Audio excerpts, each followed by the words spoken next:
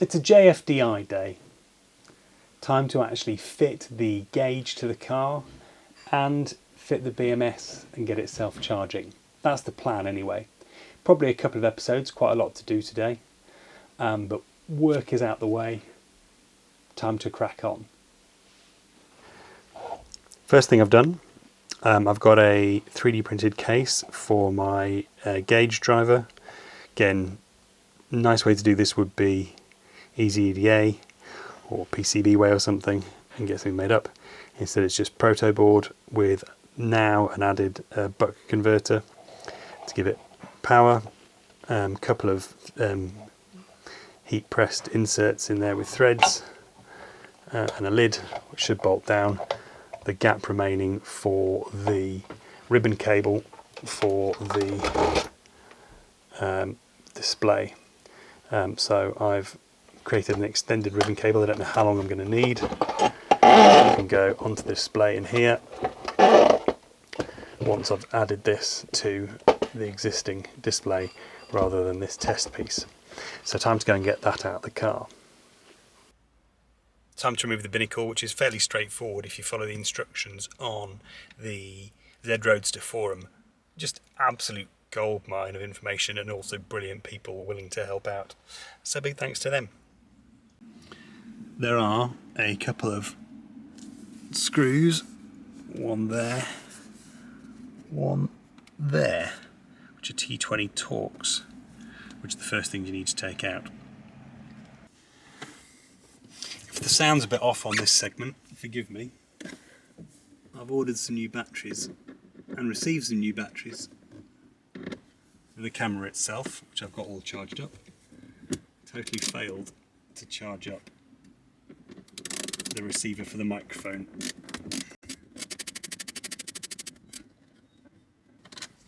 One.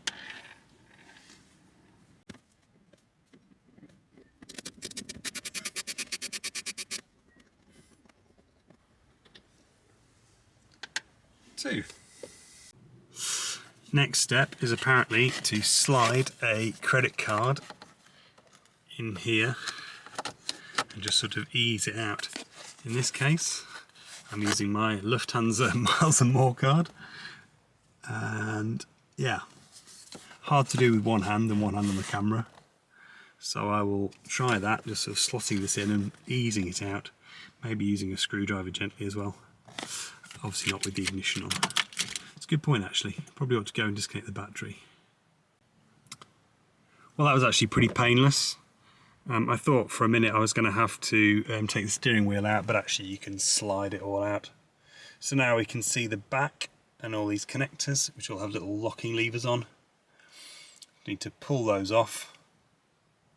There's your innuendo for the day. And disconnect it and take it back into the house. Right, with that out of the way, we can see what space we've got to play with. Trying to get torch in, there we go. There's not a huge amount of room back there, and since I want the controller to be accessible for tweaking software, etc., I'll probably run the cable down that hole there and try and find some CAN bus wires to tie into down there. Now just looking at these here, I thought there'd be, there we go, and there's CAN bus coming into the back of here. So we'll trace that and tie into that CAN bus, which is connected, which I'll hook up to my rest of my EV CAN bus and use that for in the car. We can do the same for the heater controller when we tie into that. So we'll put a crimp onto that, a little clip connector onto that for our CAN bus connection. We'll run our power down, probably tie into the power for the switch gear here, because we only need this on when the car is. I think we'll do that. Maybe we run some extra power lines so that we've got it on when the charger's on. It'd be quite nice to be able to see what the power status is when the car is charging as well. So yeah, I'll have a think about that. But certainly, I don't think the controller's going to fit. It might fit up here just about. Hello, Rusty. But easier if it's just tucked down there where I can access it from underneath more easily. Back on the bench. 4 screws from memory. 1, 2, 3, 4. I don't need to see my finger. You need to see what I'm pointing to. Come on. Need an AI camera for idiot cameramen. Yeah, 4 screws come out. Cut the seals. This obviously has never been touched, which is nice. And yeah, split that apart, and then yeah, start merging the 2 gauges really. There we go. Once you realise you've missed the 5th screw here, it all comes apart very easily. So now we need to take our modified cluster and swap it over into this case so that we can keep the nice chrome surrounds and the rather cleaner bezel. We'll give it all good clean before it goes back in. So that's these clips here which rotate. Again, might need 2 fingers for this. Insert your own joke here. No, there's one. There you go. There you go. You can see that white piece here is rotated to release this. Need to do the same here and here, and this whole piece should pop off. There we go, it's in. The really eagle-eyed, and I don't know if this will show up on camera. I don't know if this will show up on camera, merging all my words into one. Some may notice there's a bit of discoloration on the rev counter. Clearly while I've had this all apart, I got something stuck on there and cleaning it was the wrong thing to try and do. So it's fine, you probably never notice it when it's in. But it looks pretty smart, I think. So, time to route the cables, which are going to go through the back here, out this hole there you can see through. And then, yeah, put it back in the car and work out how long they all need to be. Couldn't be that simple, could it? The pin patterns for some of the gauges, not all, some of the gauges are different. So the speedo looks to be the same. The rev counter has got a completely different pin pattern. And the, what is that? Temperature gauge seems to be rotated through about, what's that? 30 degrees, 60 degrees, I don't know. Either way, it ain't going to fit. So, question is, do I... Oh, it's not even that. It's got more pins. This one's got 3. This one has 4.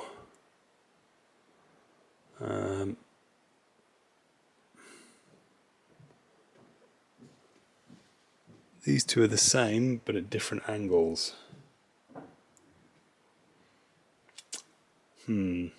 What to do? Thinking time. So it looks like the only option is to swap the offending instruments. First job, remove the needle. This was done by putting a couple of sheets of A4 over there to protect the face. Putting a teaspoon under each side. Where's my other teaspoon gone? There. You get the idea. One under each side and levering it evenly. It's scary. It feels like it's gonna snap, but it came off. So now I can undo, I think, these screws and drop the instrument with all these plastics around. Do the same on the other side and swap them over. Now it's not the end of the world for me if I screw this up, because the temperature gauge doesn't work at the moment and I'm probably going to put a second screen in, and the rev counter doesn't work. I would like the rev counter to work when I can send some signals to it, I think over CAN bus. So I'd like to leave that in, but if it doesn't work, not the end of the world.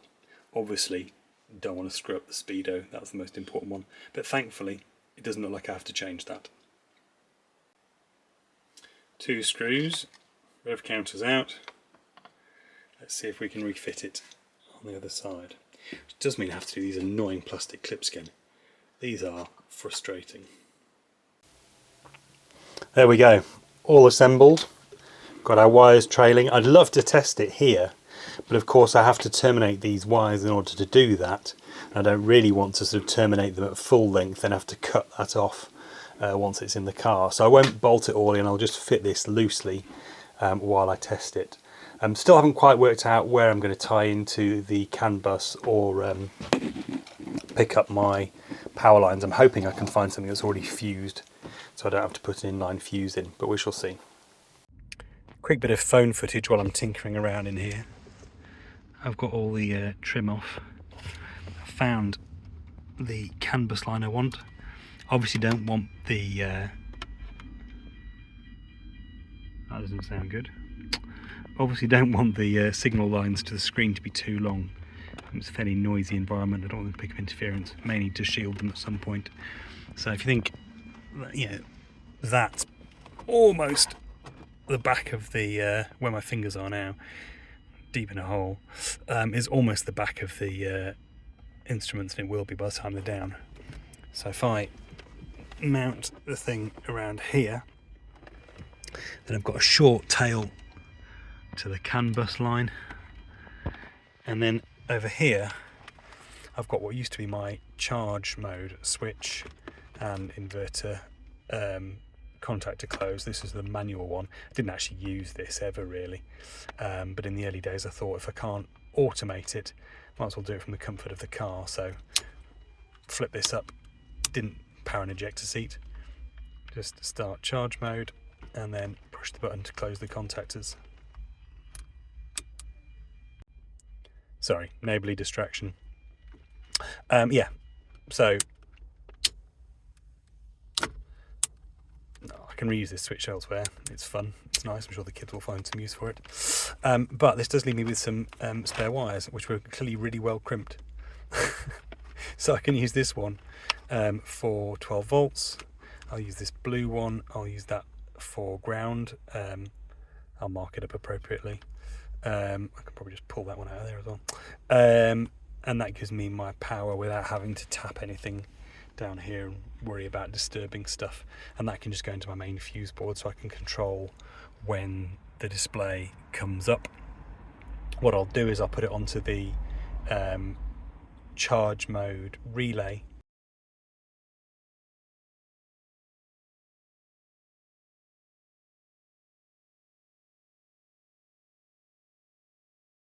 so that whenever it's charging you've got the screen, and I can even do some nice little charging animations and a warning to myself that the car is charging and plugged in, so that I don't accidentally drive off with it.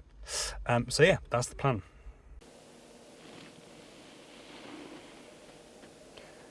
A couple of hours have passed and I'm in deep frustration mode. Everything's come out, come apart. A ESP has failed. The flash failed on this one.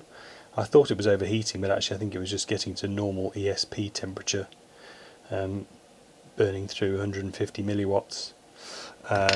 So I put a replacement in, my only replacement this size.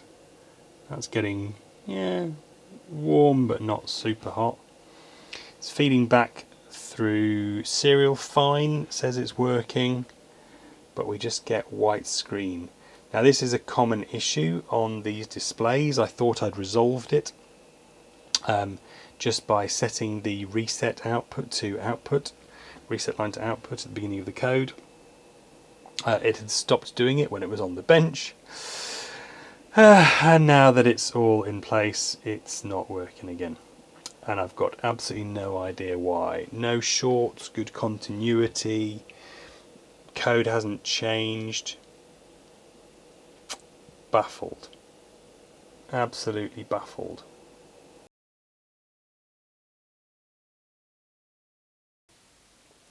Today's lesson: do not try to run one of these through the 3v3 pin just from a buck converter.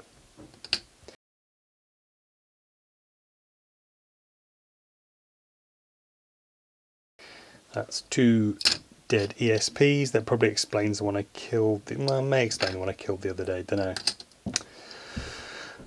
But that's an expensive mistake and a lot of time wasted as well. Because I have no more this size, I only have 38 pin ones. Fortunately, I do have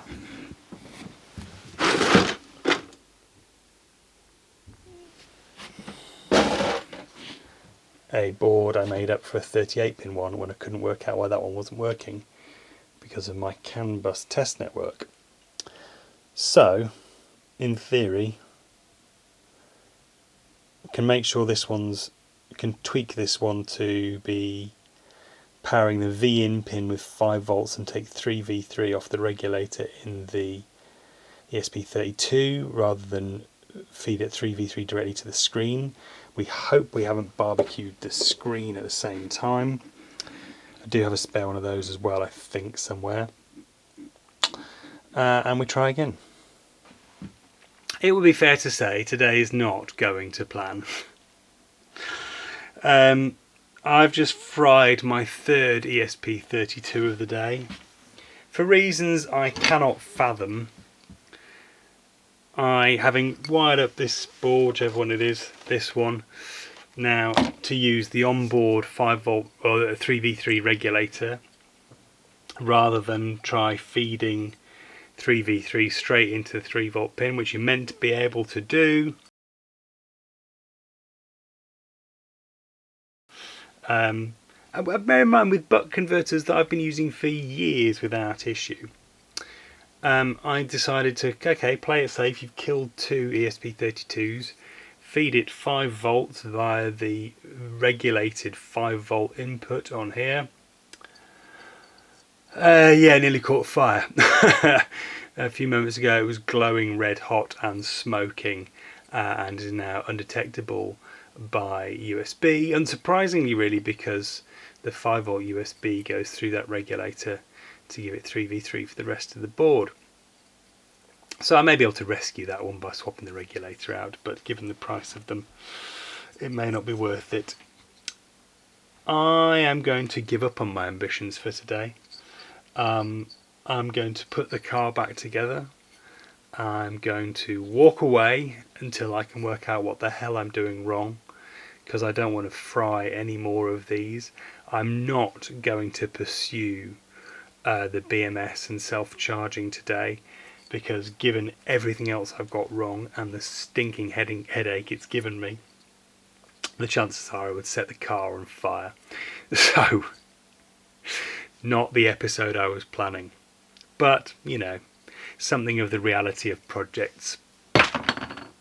Catch you on the next one.